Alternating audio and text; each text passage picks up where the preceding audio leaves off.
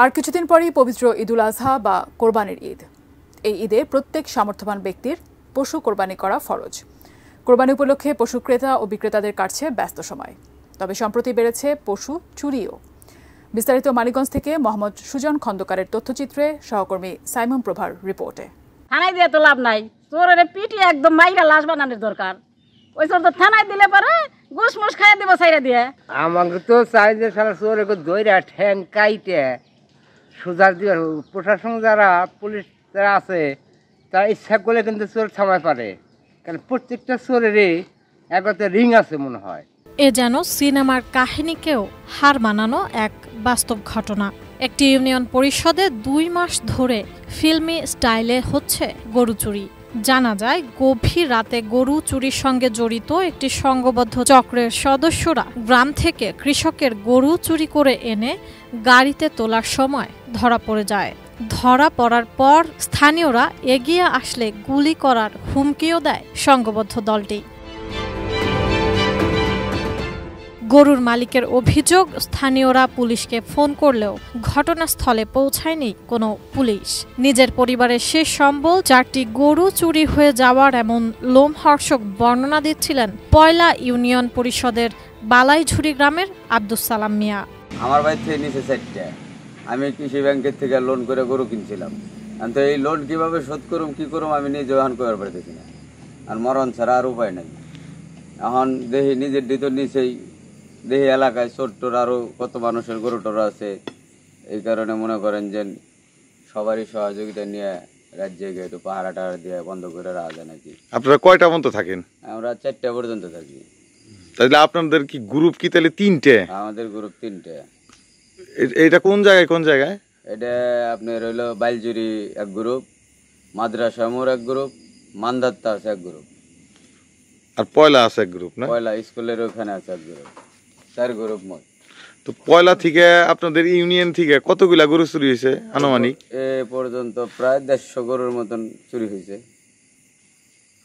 তাহলে তো 1-1.5 কোটি টাকার গরু চুরি হয়ে গেছে। তো গেছেই। আপনারা তাহলে পাহারা দেন রাতে 4টা পর্যন্ত? না, 4টা পর্যন্ত।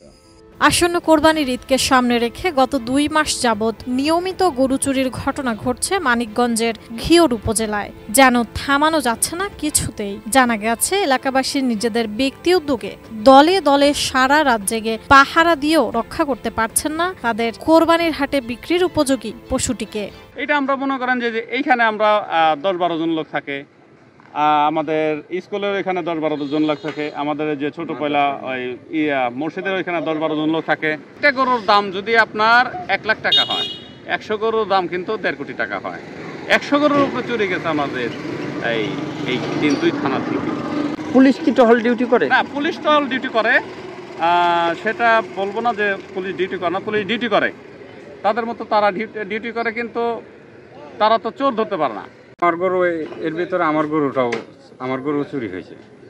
এই যে এখানে আমার বাড়ি, এই যে এক বাড়ি পরেই 2টা গরু ছিল, একটা ষাঁড় বাছুর আর একটা হলাম গাভী, 2টাই নিয়ে গেছে। আর এই যে এই পাশে বাইলজুরি, ওইখানে এক বাড়িতে 7টা ছিল, ফুলি নিয়ে গেছে 7টা। তারপরে এই যে এখানে একটু আগালেই 2 বাড়ি পরে, ওর নাম হলাম জেন্না, ওর বাড়ির থেকে নিচে 3টে গরু। আবার পয়লা থেকে তাতে 1.5 কোটি টাকার গরু নিয়েছে। আমার মান্নান আমার 4টা গরু ফেব্রুয়ারি মাসের 11 তারিখ রাত্রিতে চলে নিয়ে গেছে। এটা হলো ঘোরার পর বান্ধা দিনে খাওয়াই, আর রাত্রে সন্ধ্যার পরে এই গরু রাখি ঘরে। জানা গেছে সংঘবদ্ধ এই চোর চক্রটি নানা কৌশলে বিভিন্ন পন্থা অবলম্বন করে রাতের অন্ধকারে কৃষকের বাড়িতে ঢুকে 1টি নয় 2টি নয় গোয়াল ঘর খালি করে সবগুলো গরু চুরি করে নিয়ে যাচ্ছে। এখন পর্যন্ত শুধুমাত্র পয়লা ইউনিয়ন পরিষদের বালাইঝুরি, শ্রীধরনগর, বড়রিয়া সহ কয়েকটি গ্রাম থেকে প্রায় 100টি পরিবারের 200রও বেশি গরু চুরি হয়েছে, যার বাজার মূল্য 2 কোটি টাকারও উপরে। এ নিয়ে এলাকাবাসীর মধ্যে চরম ক্ষোভ ও আতঙ্ক বিরাজ করলেও মিলছে না কোনো প্রতিকার। এতে সামাজিক যোগাযোগ মাধ্যমে এবং এলাকায় চাঞ্চল্যের সৃষ্টি হওয়ার কারণে পুলিশের ভূমিকা নিয়ে প্রশ্ন তুলেছেন এলাকাবাসী। কাদের ইশারায় এমন কাজ হচ্ছে তা নিয়েও প্রশ্ন স্থানীয়দের। ওই চোরেরা যখন গাড়িতে করে গরু উঠায় তখন ওখানে একটা মিটিং ছিল, মিটিংয়ে 4-5 জন লোক ছিল, ওই ওরা দেখছিল এত রাতে গরু উঠায় কোন চুদির পরে, মানে এরকম একটা মানে গালি দিয়ে কথা বলছে। তখন ওই চোরেরা আবার বলছে যে এখানে আগে আসবি তো গুলি করুম। ওরা তখন থানায় ফোন করেছিল, গিয়ে থানায় ফোন করেছিল। গিরি থানার যে ডিউটি অফিসার যারা ছিল তারা পেট্রোলে ছিল, ওরা আমাদের বাড়িতে আসছিল তদন্তের জন্য। তখন আমি বললাম যে থানায় আপনাদেরকে জানানোর পরেও আপনারা যদি যথাযথ সময় যদি আপনারা আসতেন, মানে ওই আপনার এইদিকে ঘিউর থানার এদিকে ট্র্যাক করতেন, আর হইলো ওদিকে আপনার চকমিরপুরের এইদিকে ট্র্যাক করলে পারেই একেবারে মানে ট্রাক সহ চোর সহ গরু ধরতে পারতেন। মানে পুলিশের এতটা ভূমিকা লক্ষ্য করা যাচ্ছে না? না, পুলিশের এখানে কিছু গাফিলতি আছে। পুলিশ মানে এখানে ভালো একটা ভূমিকা তারা পালন করতে পারে না। পাইলে সবচেয়ে বেশি গরু চুরি নিতেছে, মানে ওই 2-4 দিন পর পরই মানে এই গরু চুরি হইতেছে। থানায় দেওয়া লাভ কি? থানায় দিয়ে তো লাভ নাই।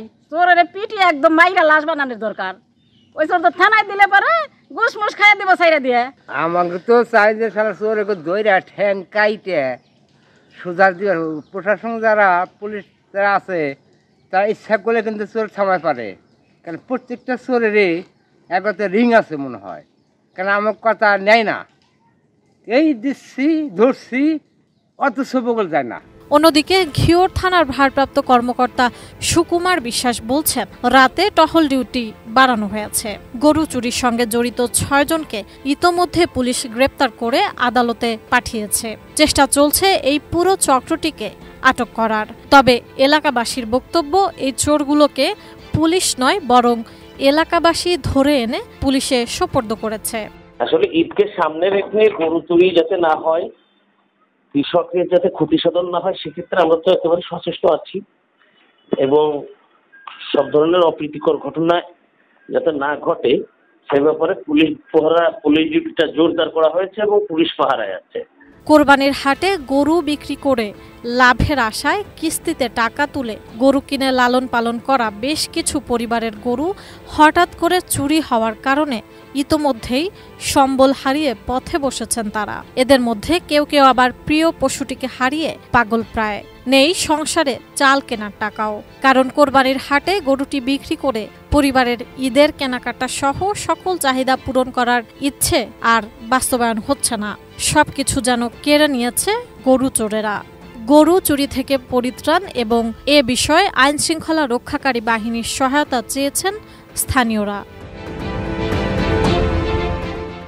সাইমন প্রভা, এটিএন নিউজ।